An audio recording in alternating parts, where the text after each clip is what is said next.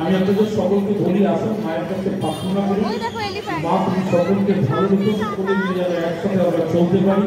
হাতে হাত মিলিয়ে কাঁধে কাঁধ মিলিয়ে রেখা আপনাদের ঘরে নিয়ে হয়ে মানুষের জন্য কাজ করতে পারে মানুষের সাথে দাঁড়াতে পারে আমি আপনাদের আপনাদের পরিবারের